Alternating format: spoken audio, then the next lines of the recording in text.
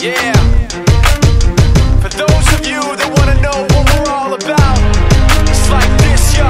This is 10% luck, 20% skill, 15% concentrated power of will, 5% pleasure, 50% pain, 100% reason to remember the name.